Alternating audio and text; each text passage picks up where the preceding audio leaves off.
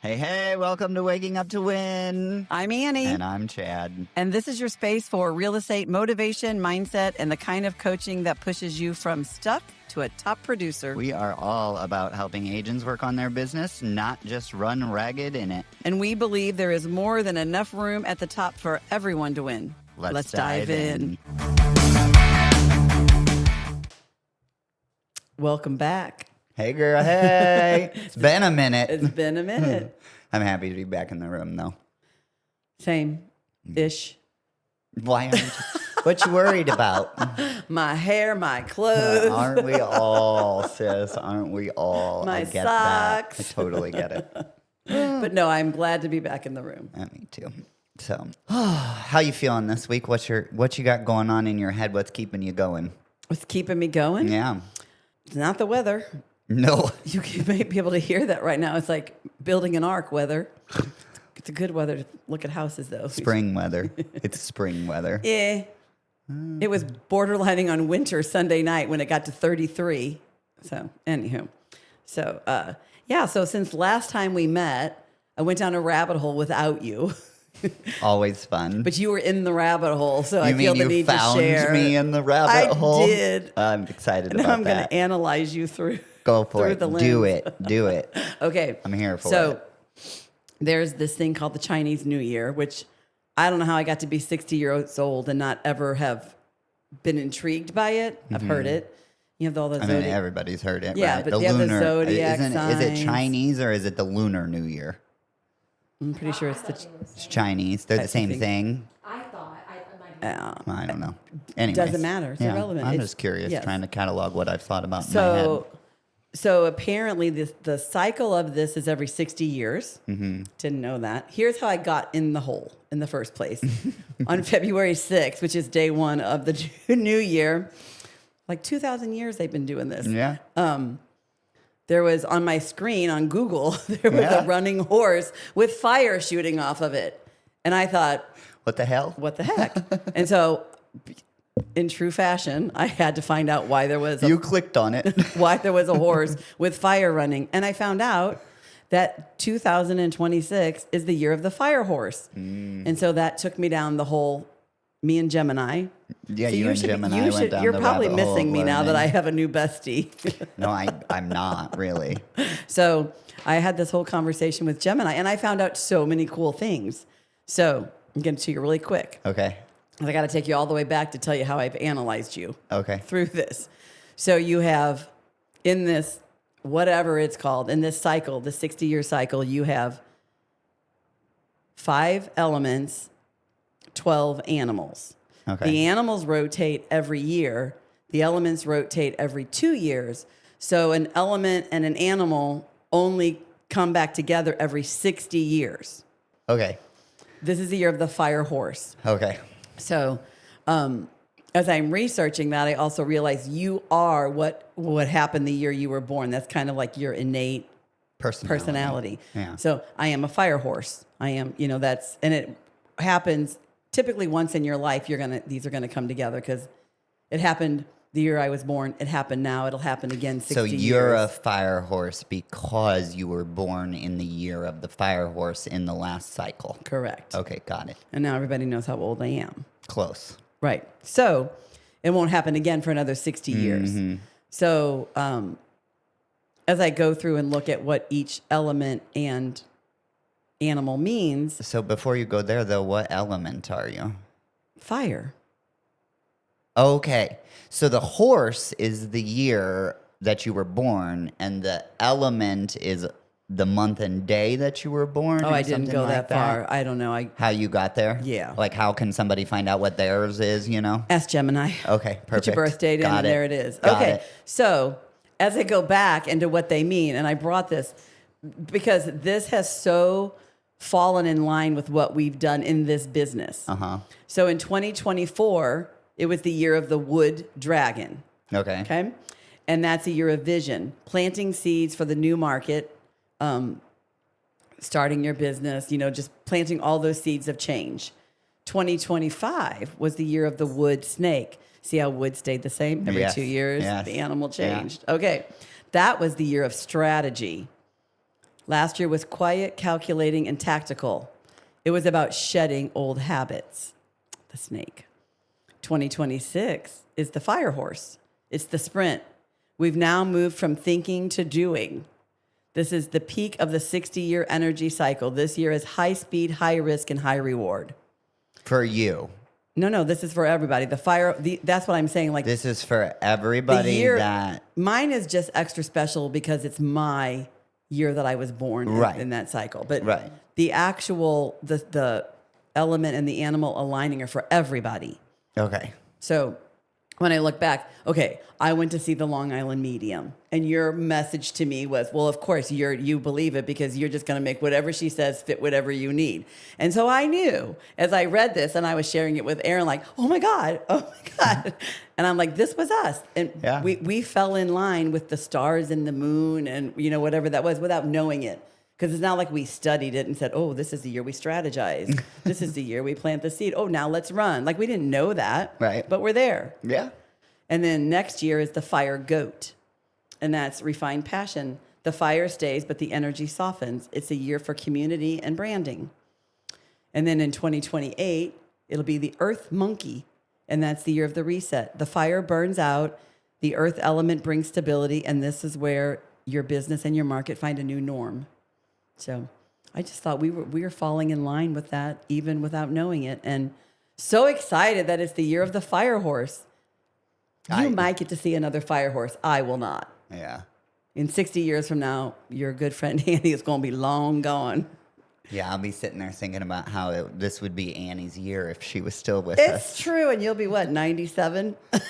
Yep. I sure will. Good Lord willing, and the creek don't rise. At this stage of my life, I don't see me making it to 97. I don't either. We're working on it. So maybe we'll get there. Who knows? So if I was bringing this back together with what's motivational quote to bring you back to that thought? In 2025, the snake told us to be wise and to wait. In 2026, the fire horse is telling us to go. If you're waiting for stability to run before you move and list that house or launch that ad or start that business, you're missing the sprint. Stability will not be back until 2028. This is the years for those who can ride the fire. That's a good What do you quote. think? That's a good quote. You like it? Yeah. I was so pumped up going down that rabbit hole. I love that. I so love that. I love to go down rabbit holes like that. But I never was into that. Like, I know I'm an Aquarius, and that's about as far as it goes. And my rhinestone, my birthstone is amethyst. Like, that's as much as I knew about the moon and the stars. And so, and I'm not sure that the Chinese zodiac, which I think I'm pretty sure that's the basis for everything that you just said. I don't know that for a fact, but I think so. Yeah, the Chinese zodiac is where all of that comes from. Mm-hmm. It is. Yeah, I love that. I did find out 2,000 years they've been going through these cycles, and so maybe I'll do a little more research and stop fighting the universe and get on board. Hey, so let's go. Let's go. I'm ready. I'm there. That's exactly, you're describing, that quote describes exactly how I feel. I know. So that's why I was telling you, you're already aligned with the energy and the good universe. So big things are coming. Stop fighting it. I'm not anymore. I mean you. I just meant everybody. I know. And I mean that for everybody. We're not anymore. Okay, let's go. Let's go. We're running. Okay. Love that. And now you know.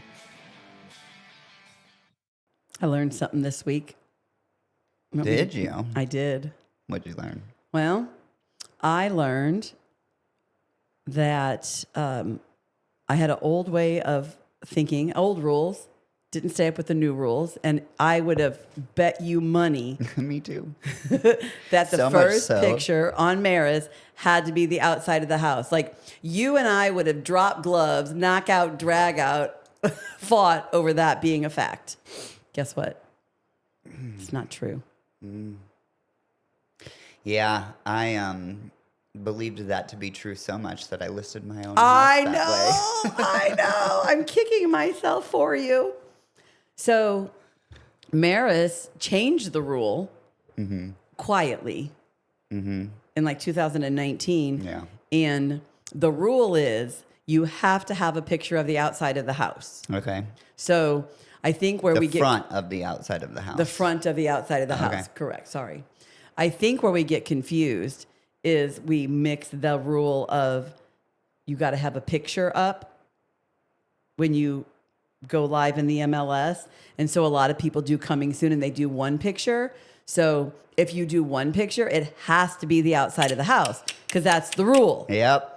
But then as we humans, we start changing the rules or we make the rules make Fit sense what we for want. us. We make the rules We were fit like, what oh we yeah, want. Right. I heard that. It's got to be the picture. Well, it doesn't.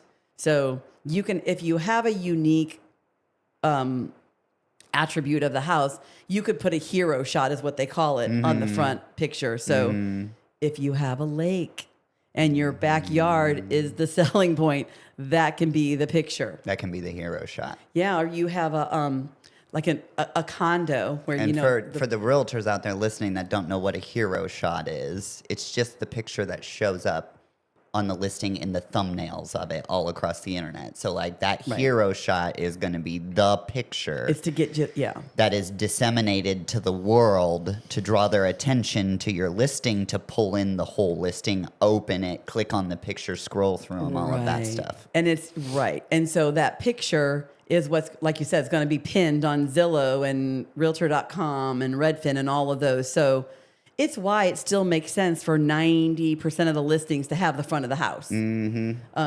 But if you've got an amazing backyard or an outdoor space or like your lake house, or the reason I went down this rabbit hole was we have a condo that we've listed and the outside of the condo is and it looks like everybody else who's got one in that condominium complex, it's just And so I'm like, that's so dumb. We should be able to. Because they're all the outside of the front of the condo. Yeah. And so, I get it. So I'm like, man, this is wrong. We have vaulted ceilings. We're on the top floor. We have granite countertops. And most people that are buying a condo don't give a flying shit what the outside of it looks like. I mean, like, is that your experience? 100%. Yeah. Unless it's falling apart or whatever. I mean, right. yeah. So, And the outside of the condo has to be in the pictures.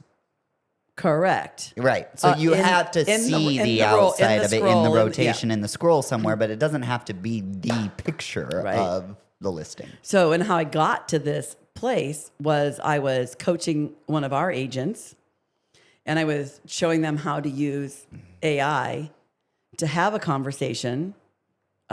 Brokers will become irrelevant at some point because for rule checking, for compliance, or absolutely. even for ideas. So we sat down and I said, ask Gemini what you asked me, which was like, I don't know what to do. And I said, you need to get more people in the house. How could you do that? She goes, I don't know. I said, well, who could you ask? You could ask Gemini. So Gemini says, your hero picture should be the vaulted ceilings with the granite countertops. And I said to Gemini, we're not allowed to do that. Hey, right. We're in the state of Missouri and Maris rules. And Gemini says, you're wrong. Didn't say it. Said it so nice though. Yeah. Because my Gemini is so kind. I'm sure he is. That's why I asked Gemini and not you. My Gemini would have told me, yeah, you're not right. Here's the rule, and here's why you don't understand it. That's exactly what my Gemini would have said then I said, okay, Gemini, I'm going to need to see it in writing in the Maris rules. I need the page, the line, because I'm totally going to verify this because it goes against what I believed, and I don't want to go to Maris jail. You're a rule follower. I'm a rule follower. And so it popped it up, the 25, 26 version of the Maris rules. And it's hit, and it felt contradictory because it talked about the outside. So I said, why is that contradicting itself? And then it explained. And so, yeah. Fact checking. So, yeah. Love that. We learn something every day. Yeah. And you've got to fight for your client and you've got to go in there and you've got to figure out how are you going to get more people in here. So it's getting people to click that button. Even that leads me to something that I didn't learn necessarily this week, but it was an intriguing thought because I think that sometimes, what we learn or whatever, you have the epiphany in the moment and you think about it. And then you never come back to it to actually dive down and learn. But because you had that epiphany, your brain just assumes it's the truth until proven wrong. It's kind of like innocent until proven guilty, right? One of the epiphanies that I had this week is the comments on photos, or the descriptions of the photos. And I thought to myself, well, I'm looking at this photo and I know I can see what's in this photo. And now I know technology can see what's in this photo. But because I understand that technology is not a real human with the senses, I get now that the caption on the photo, true purpose in the marketing realm, in the digital world, is to describe the photo so that the AIs and the algorithms of the world can tell what's in the photo. So that when somebody goes to Gemini and says, I want a 2-bed, 1-bath condo with vaulted ceilings, it's not enough to just have that picture in your listing anymore. The words specifically for that must be attached to that picture. Otherwise, Gemini's never going to find the listing. Okay. But do you also find, I know you don't look as many searches as I do, but they get it wrong. Oh, and for sure. I don't think realtors sometimes read their own listings and their own photos. No. And I'm like, man, that is not a bathroom. Okay, if you do not have auditing current listings in your rotation as your routine as a realtor that's serving clients on a regular recurring basis, then you're falling short. Right. Because something my dad told me when I was young, it's not that perfection, which is what we like to talk about as humans, is not attainable as a human necessarily, right? Even though we strive for that. And the key to being successful in something is striving for perfection, but realizing that what you're doing is the best you can do at that moment, but continuing to come back and saying every week or every month, is that still the best thing? Right. Or is it not the best thing? And that is what you're talking about right there. And I've gone through that same thing this week, that exact lesson, if you will, for a realtor is auditing the listings and keeping up with, are you still doing the best thing? Because we decided that the best thing to do at the time was to put that hero picture as the front of the house, given the information we had. Well, now we have new information. 8 years later, we should have gone back to that before 8 years from now, and that's the advice, right? I always default to being on the other side of whatever it is. If I'm, that, whether that's empathy or whatever, but, always seeing how it occurs for the other person. And so I all the time tell agents, be a buyer. Go see if you would find your own listing. Right. We talked about it with yours. Act like a buyer. Right? We talked about it with your, with your lake house, changing up the rotation. Your job is to get people to click on that to want to come see it. Yeah. So you're right. But just go through there and take a look. And it's a great lesson. It is a great lesson. Yeah. And sometimes we forget. Yeah, we do. So, but you don't have to put the outside. I'm not saying don't put the outside. Right. Because people do want to. You don't have to. If you got a gorgeous bougie bathroom, you don't want that to be the only picture pinned on Zillow. No. Nobody's ever going to find your house. Nope. So. Yeah. The front of the house is typically, if it has good curb appeal and things and's been maintained, that's typically a good hero picture. But there are situations out there where it's not the best idea. I think I think that you just gave a really good point too, because we say a lot of times if they've only got so many things to do, maybe they're not doing the landscaping because it's cold or it's winter, but it is. There's nothing worse than looking at a bunch of pictures with drab, wintry outsides.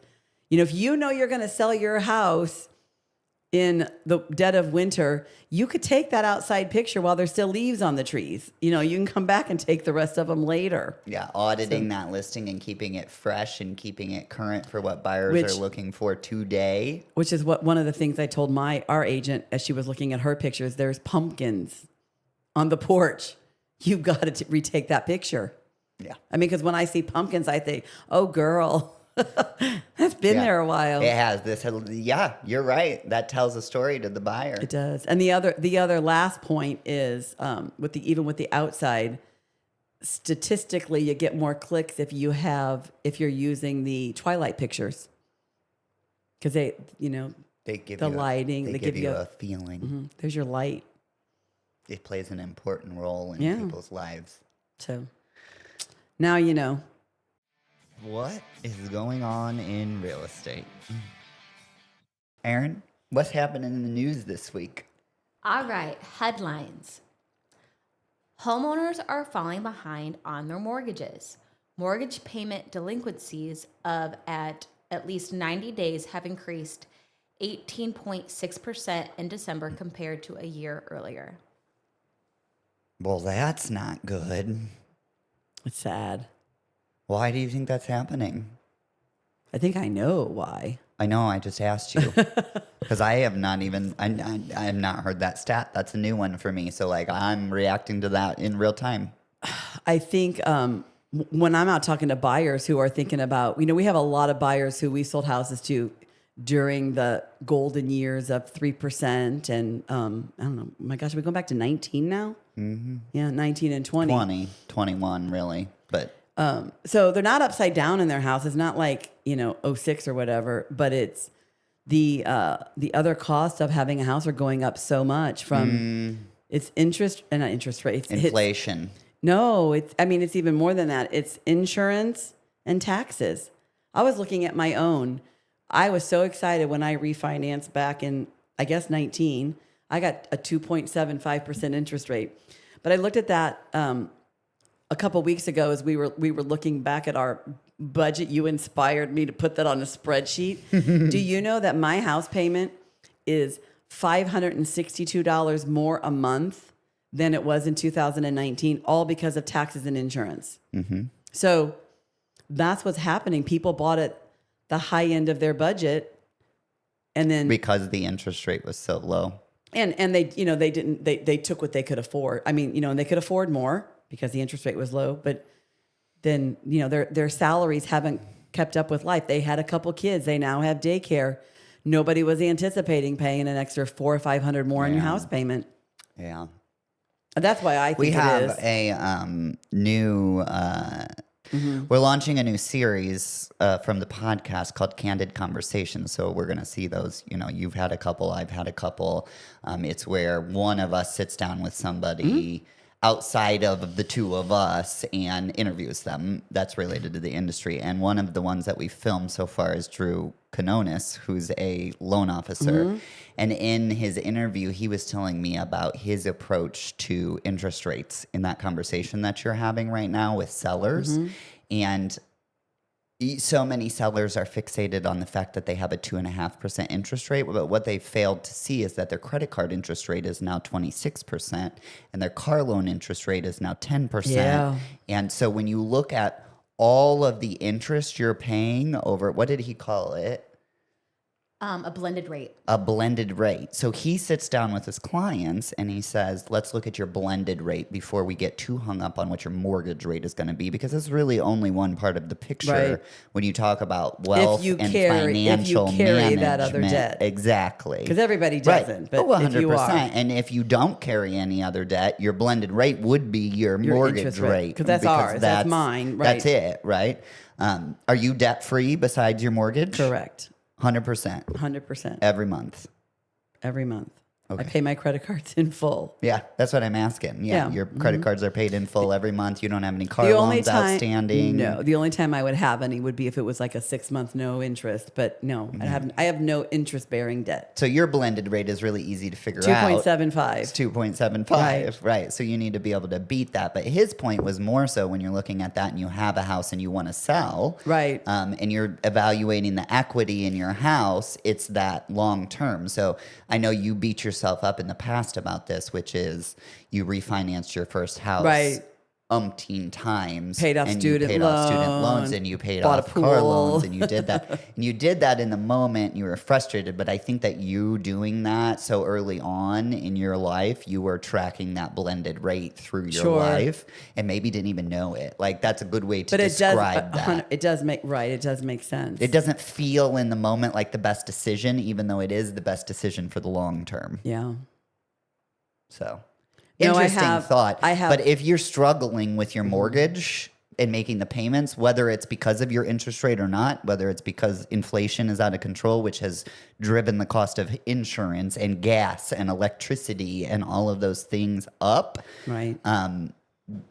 talk to us, because there is a possibility that we could utilize some of that equity that you have. Because the other thing that's tied to that is, and this is the part where I had the reaction, is it's absurd to me that if mortgage rates or if mortgage delinquencies are on the rise, then equity should be on the downfall, and that's not the case. Say that again. If mortgage delinquencies are on the rise overall, then equity in people's homes should be on the downswing. Yeah, and that's And the it's anomaly. not. No, that's because it's yes. Because people are not educated about wealth management. They don't understand that blended rate thing potentially. Maybe. They're not having that conversation on a grand scale, which is what's causing that in the market. Yeah. But, I have buyers. Could be causing that in the market. Possibly. I don't have a crystal ball, and I'm not Right. an analyst by any stretch of the imagination, but No, and I have that conversation. I've had a couple of buyers call and say, I want to sell my house because I need to pay off. I've just got my credit cards too high and I want to pay off my bills. And then I say, I'm not a financial advisor. But this is what I want you to do. I want you to sit down and evaluate your own situation. So you could do that, and then you could buy the next house. But if you don't have the discipline not to repeat that, you're just going to make it worse. And we have clients that have done that. They sold that house. They had that $60,000 equity. They paid off their car. They paid off their loans. Then they bought the house that now, to the blended rate thing, now that's all in that next house. But guess what they did? They went out just and bought ran another up more. car, Sure. and they ran up their credit card. So now they're in worse shape. So, there's just so much you got to unpack before you actually just pull jump the and- trigger. Yes, Yes. it's true. Which is why we can't stand it when realtors act like they're door openers. Your job is more important than that. No, I have So- one that I told her, I said, I'll do whatever you want to do, and I'm going to, do the best I can and help you get the most and whatever. And she was going to rent an apartment. I said, I just want you to go apartment shopping first and see what you're going to be able to get for that. money. Yes. Yeah. She didn't move. I already knew the answer. Right. You know, she she- had to learn it herself. She did, but Right. but I didn't just sell her. I didn't want to just sell her house and then Right. make her But you figure could it out. have. I know. Easily. Right? So, Right. anyway. That was a good one, Aaron. What else going on in the news? Anything Something happy. Is there interesting? something happy in the news? I think that's happy.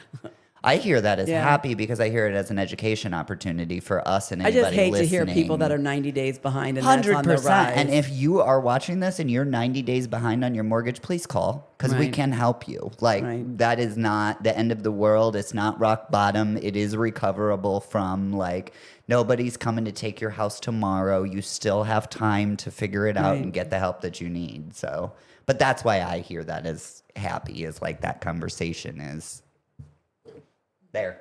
A glimmer of hope. I hear hope in that conversation. Let's go there. What else is going on? All right.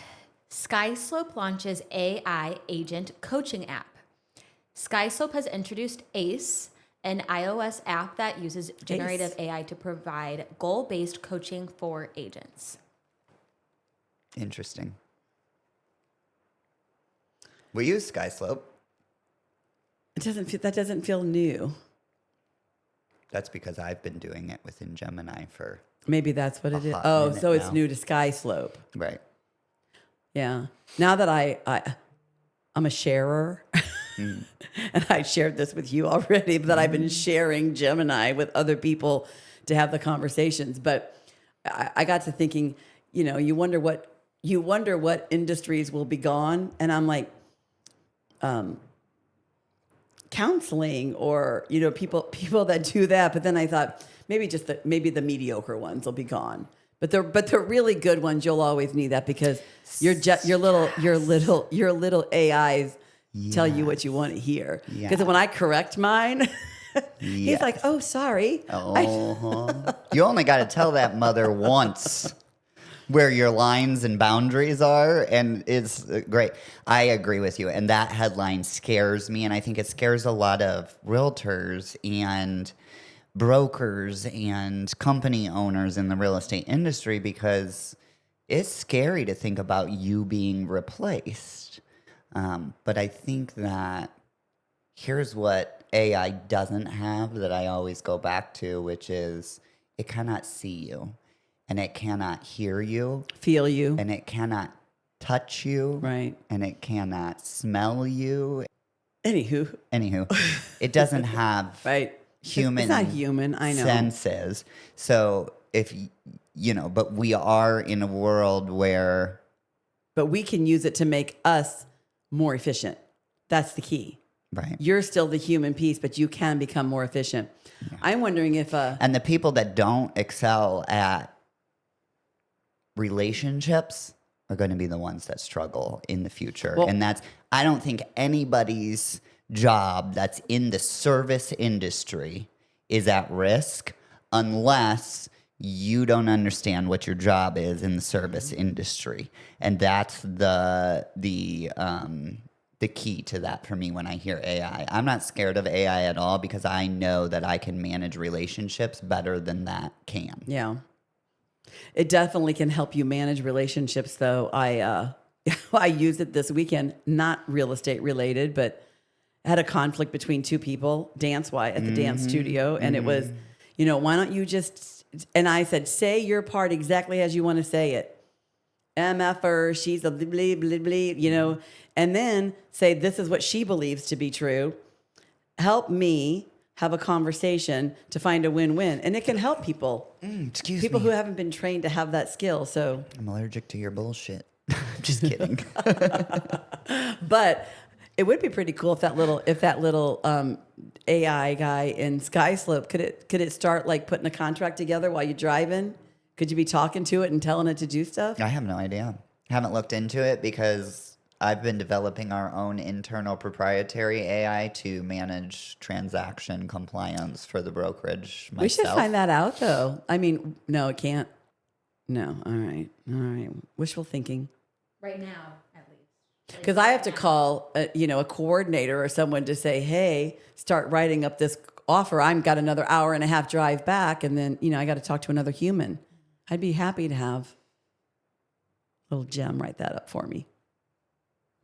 Then there goes my job. Well, that brings me to the next point, right? Is your job and go in and have that because that's interesting, right? That is going to replace that function of your job, but is that really your job? No, it's not. And that's the part Right, it where just makes us more efficient. That reaction of there goes my job. If you sit in that and think that's going to cause you to downward spiral and give up and depress. Not and you. It's because she doesn't sit in it. She just did. She said that, but it was joking Right. and she doesn't believe that. Right. She knows that's not what her job is. Right. But I think a lot of people have that reaction. She just hadn't, and they really think No, I that's get their more job. excited. The smarter AI gets and the more it can do for me, the Oh, it's like having more a exciting. personal assistant. I know. You're like Without having to manage the emotions of having a personal assistant. 15 years of it. Great. My AI doesn't have drama, doesn't talk back. I know. I'm a fan of AI. Any more headlines? Yes. So, Missouri-based Veterans United sued in federal class action. Same attorneys behind Seitzer and Morrill cases. Sitzer Morel. Yes. Mm-hmm. And the reason why this is important, this is actually more, St. Louis based, is because the company is headquartered in Missouri and operates nationwide. Columbia. This case could have meaningful implications for home buyers, agents, and lenders right here in the St. Louis area. Follow-up question. What they get sued for? So they claim that Veterans United and related entities engage in practices that allegedly steered VA borrowers to affiliated real estate agents and back to Veterans United for financing. I think we've covered this one. I don't think that's too new. I think we mentioned it in our Sitzer Burnett Oh, okay. morale I remember case having this conversation. study that we were doing live and that was on our old podcast, Real Chat with Annie and Chad. We kind of fixated a little bit the commission's lawsuit, if you will. That's what the Sitzer Burnett morale case is. And we fixated on where those lawyers that were all involved in instigating that class action lawsuit that's now been settled, where they're going next in the real estate industry. And we talked about Compass's private listing network. We talked about Veterans United, Zillow Premier Home Loans. We've talked about that recently. So this is the latest target in that. It's just interesting that because that company is headquartered I know my nephew an used hour to and work 10 for them. minutes So from here. right. And that's an interesting one because your nephew used to work for him. I know that they license their loan officers to sell real estate, even though they don't functionally sell real estate. And I always got a little perturbed by that. It always felt a little off for me because it felt like a money grab. I'm interested in that one. I want to track that one and see where it goes. So is that any different than a real estate agent who would go and get their mortgage license and then work for a mortgage company? Great question. And I've gone down that road before. It's the steering part that, I mean, So for us, we have a core foundational belief or where that's coming from. The steering is a fair housing law. And then the law is designed to protect the consumer from being directed or guided towards a product or a service that is in their realtor or their loan officer's best interest, but not necessarily in theirs. And so then that's steering in fair housing is steering you to a neighborhood. no, it's not. It's steering you to a service or a particular product. We talk about it in the neighborhood realm, but the actual law says nothing about neighborhoods. It's about affiliated business agreements between service providers and that kind of thing. Yeah. So how do they get? How do they get by with that? Because there are laws that already stop that. Because again, and then RESPA. That's where I Is thought another one that it would comes fall in. with RESPA. Right, not RESPA is steering. RESPA is so in the history of housing law, RESPA is, to my understanding, currently a byproduct of steering fair housing laws. Does that make sense? Yeah. So the reason RESPA exists is because they saw people steering clients towards particular neighborhoods, and they put a law in place to stop that because it violated the constitutional rights of those people that were steering, and RESPA came out of that. So fair housing is the precedent for RESPA. Because this one is totally you already have a realtor. Well, don't use that realtor. You need to use one of these realtors that... Yeah, but that's illegal to say under RESPA. I know, but that's why they're being sued, because that's what they do. It's only illegal to say under RESPA if you don't disclose the fact that you're going to make money off of it. So, did they do anything that you have illegal? a relationship, right? Well, I'm sure they have lawyers that have. They're all the way up to the line for sure, right? But when you have that many people working for you, somebody tiptoed over that line, guaranteed, Potentially, because it benefited them. I'll be interested to see that case play out in court. That'll be a fun one for me. More to come. What the floop? What the floop? What the floop? Okay, so this one's, it's not really a situation, but a question that I feel like it could be like, what the floop? What is the worst piece of real estate advice you have ever been given? I can't answer that question. That we've been given? Not that we've given and then wish we could take it back? I'm going to go with deeper in that because for me, that question that I want to answer didn't go to any sort of advice that I've received as a client of a realtor, because I believe that my realtors were very good at their job in all of the houses that I've purchased. Okay. So I don't know that I can answer that for myself. What I can tell you is that I've gotten some very bad advice on how to be a realtor in my life. And I think that's where this question is.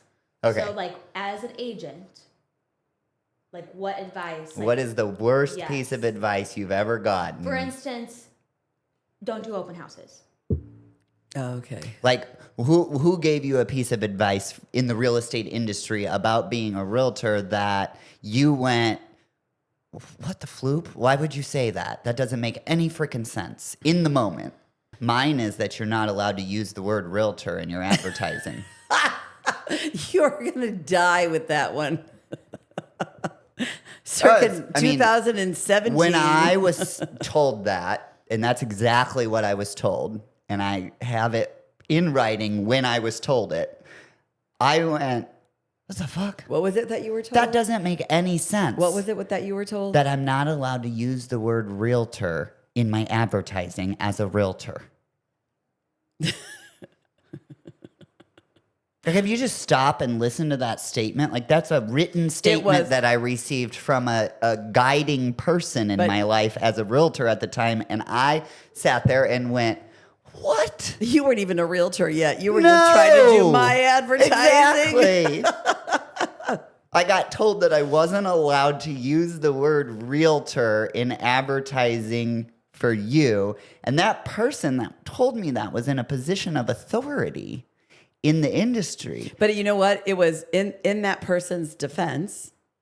I have a great relationship with this person today, and I think that we could have this conversation and have had this conversation, but that is the one that comes into my head. But that is one of those, there was a rule somewhere along the way, and that rule evolved in their mind and a lot of people's minds, because they weren't the only one who thought that, to be, you have to put the picture of the front of the house as your first picture. And we all agreed. Just don't use the word realtor because it's too hard to understand whether I'm using it right, or I don't understand the rules enough to be able to use it right. So I just have personally decided that I'm not using the word realtor in my advertising.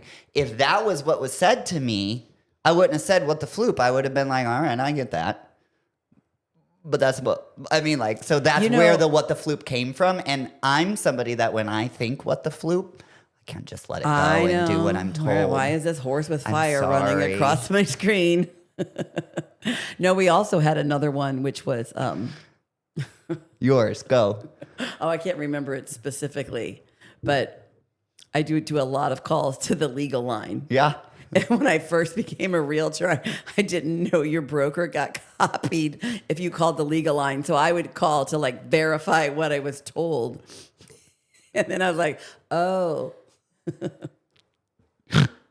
I feel like it had something to do with agency.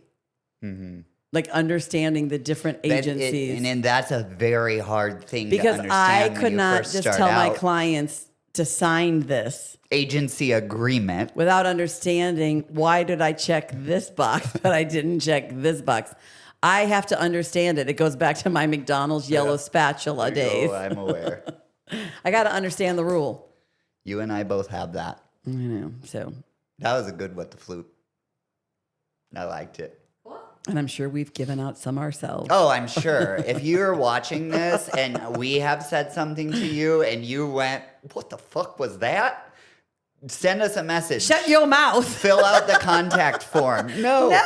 Yes. No. Yes. I'm Fill out the kidding. contact form because in that moment when I said what the floop, I wanted my person that was saying that to me to engage in that conversation, not just shut down and make me go figure it out on my own. And I think that's topic. Yeah, you could be Yeah. open to maybe you're wrong. Yes. Maybe I don't I'm understand. totally open to I'm wrong. I'm 100% I am. Mark down on what's today's I am date. not very good at Chad said he's open to being wrong. and I am not very good at saying that out loud. That's the part that I struggle with. But I am 100% always have been open to being wrong. It's what my drive to learn the facts comes from. Because actually inside my head, every time I say something, I think it's wrong. I know that's totally the opposite. You know where the of license what's office is in outside, but- O'Fallon? Exactly. Exactly. All right. Oh, this has been such a fun episode. Yeah. Glad we're back. I am too. We're back and we're hitting the ground running. Because it's the year of Like the fire our horse. motherfucking fire horses we are. What? Let's Stop go. cussing. Bye. Bye. All right, that's a wrap on another week of chaos, closings, and questionable decisions. If this episode made you laugh, think, or text your real estate bestie like, girl, this is us, do us a favor. Hit that subscribe button, leave a quick review, follow us on socials, or send us your own unhinged real estate stories. Seriously, we want to share them. And hey, don't just survive this week. Get out there and build your business. You've got everything it takes. We'll be back next week with more chaos and more clarity. Until then, Keep waking up to win.